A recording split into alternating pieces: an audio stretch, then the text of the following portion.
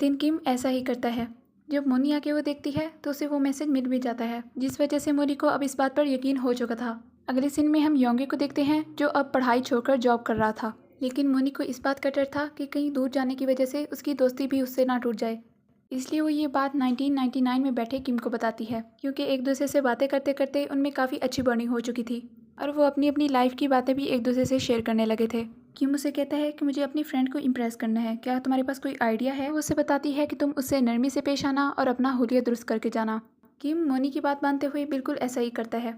किम इतना प्यारा लग रहा था कि हंसोल उसे देख के हैरान हो जाती है। फिर किम और हंसोल एक रेस्टोरेंट पे आते हैं, जहाँ पर किम बहुत अच्छे से बिहेव करता है और मोनी के बताए हुए सारे टिप्स को फॉलो करता है। वापसी पर वो हंसोल को फूल भी लेके देता है, जिसकी वजह से हंसोल वाकई उससे इम्प्रेस हो चुकी थी। घर वापस जाके वो मोनी से सारी बातें शेयर करता है कि तुम्हारे सारे टिप्स काम कर गए। तो मोनी इसे कहती है कि अब तुम्हें देर नहीं करनी चाहिए और फौरन उसे प्रपोज करना चाहिए। अगले दिन किम आखिर हिम्मत करके उसे प्रपोज कर भी देता है, लेकिन दिल ही दिल में उसे ये डर लग रहा था कि कहीं हंसोल इनकार न कर दे। लेकिन हंसोल उसके प्रपोजल का जवाब हाँ में दे देती है। हंसोल की हाँ सुनकर किम तो खुशी से पागल हो जाता है और घर वापस आकर वो ये सारी बात मोनी से शेयर करता है और मोनी किम के लिए काफी ज्यादा खुश होती है। उसके बाद किम उससे योंजे के बारे में पूछता है, जिस पर मोनी उसे कहती है कि मुझे डर लगता है कि अगर मैंने उसे प्रपोज कर दिया तो कहीं हमारी दोस्ती ना टूट जाए। फिर मोनी उससे पूछती है कि तुम तो 1999 में हो ना? मेरे पापा भी उसी कॉलेज में पढ़ते थे और वो भी मैकेनिकल के ही स्टूडेंट थे। जिस पर किम पूछता है कि मैं सबको जानता हूँ, तुम उनका नाम बताओ। तो मोनी उसे बताती है कि मेरे पापा का नाम शॉन है। जिस पर किम चौंक जाता है कि तुम शॉन की बेटी हो, वो तो मेरा दोस्त है। जिस पर मोनी उसे कहती है कि अगर तुम मेरे पापा को जानते हो तो फिर तो तुम मेरी मामा को भी जानते होगे। वो भी मैकेनिकल की ही स्टूडेंट थी और उन दोनों का प्यार भी वहीं से शुरू हुआ था और बाद में उन्होंने शादी भी कर ली। जिस पर किम उसकी माँ का नाम भी पूछता है, जिस पर मोनी उसे बताती है कि मेरी माँ का नाम है हंसोल। ये बात सुनकर किम के तो होश ही उड़ जाते हैं। अभी वो दोनों बात ही कर रहे होते हैं कि सिग्नल भी चले जाते हैं। उसके बाद हमें एक पिक दिखाई जाती है जिसमें शॉन, हंसोल और मोनी थे। अगले दिन किम टेंशन में कॉलेज आता है तो वो देखता है कि शॉन और हंसोल आपस में बातें कर रहे थे। उनको इस तरह साथ देखकर किम को बहुत ज्यादा गुस्सा आता है। वो उसे एक कोने में लेके जाता है और उससे पूछता है कि जरूर मोनी और तुम मिलकर मेरे से मजाक कर रहे हो। जिस पर शॉन उसे कहता है कि मैं किसी मोनी को नहीं जानता।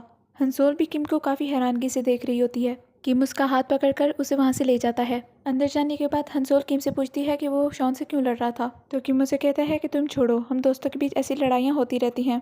फिर किम मुझसे पूछता है कि तुम शॉन से क्या बातें कर रही थी। तो हंसोल उसे बताती है कि हमारी एक मीटिंग है, बस उसी के बारे में डिस्कस कर रही थी। अब किम को ये डर था कि कहीं शॉन और हंसोल की दोस्ती ना हो जाए, इसलिए वो खुद भी उस मीटिंग में जाके बैठ जाता है। हंसोल उसे बाहर जाने का भी बोलती है, लेकिन वो नहीं मानता।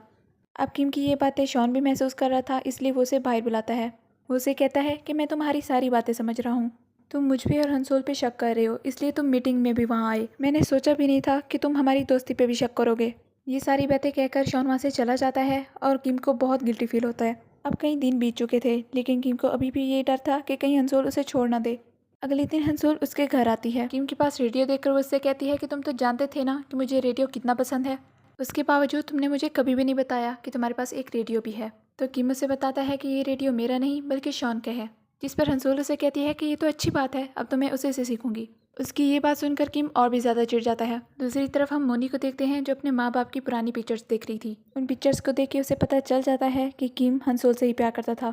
तभी उसे अपनी माँ यानी हंसोल की कॉल आती है।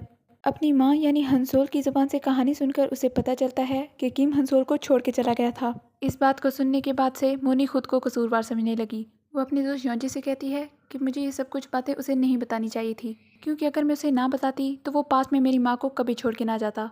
तभी फिर हमें पास में किम को दिखाया जाता है, जो कि अपने कछुए को ढूंढ रहा था। वो उसे ढूंढते ढूंढते बारिश में निकल आया था। जब वो आगे जाता है तो वो देखता है कि हंसोल के हाथ में उसका कछुआ है, जो कि शॉन के पास खड़ी होकर उससे हंस हंस के बातें कर रही है। उनको इस तरह साथ देकर किम को एहसास होता है कि वो उन दोनों के बीच आ रहा है, इसलिए वो उन दोनों से बहुत दूर जाने का फैसला कर लेता है। हंसोल से मिलने से लेकर अब तक की उसे सारी यादें याद आती हैं। अपने आप पर ना काबू पाकर वो बहुत ज़्यादा रोता है। वो समझता था कि हंसोल और शॉन आपस में प्यार करते हैं, लेकिन वो सिर्फ अच्छे दोस्त थे। दूसरी तरफ हम मोनी को देखते हैं, जिसने अब अपनी असाइनमेंट कंप्लीट कर ली थी, जो कि सबको बहुत पसंद भी आती है। जब वो क्लास से बाहर निकलती है तो उसका फ्रेंड जॉर्जी उसकी तरफ भाग के आता है। वो उसे एक राइटर की बुक देता है और वो राइटर कोई और नहीं बल्कि किम ही था। मोनी को जैसे ही किम के बारे में पता चलता है तो वो फौरन भाग के उसकी बुक स्टोर पे जाती है। किम उसे अपना ऑटोग्राफ देता है और उससे उसका नाम भी पूछता है। वो अपना नाम जब मोनी बताती है तो किम उसे पहचान लेता है। किम को मोनी से बात किए हुए काफ़ी साल गुजर चुके थे, लेकिन मोनी को सिर्फ कुछ ही दिन ही हुए थे ऑटोग्राफ देते वक्त किम ने उस पर यह भी लिख दिया था कि तुम खुद को कसूरवार मत समझो और इससे पहले कि बहुत देर हो जाए योंजी को जाके अपने दिल का हाल बता दो। मोनी भी किम की बात पर अमल करते हुए योंजी को सब कुछ बता देती है। योंजी बहुत खुश हो जाता है, उसे कहता है कि वो भी उससे प्यार करता था लेकिन कभी बताने की हिम्मत ही नहीं हुई। लास्ट में मोनी और योंजी को साथ दिखाते हुए ये फिल्म एंड हो जाती है।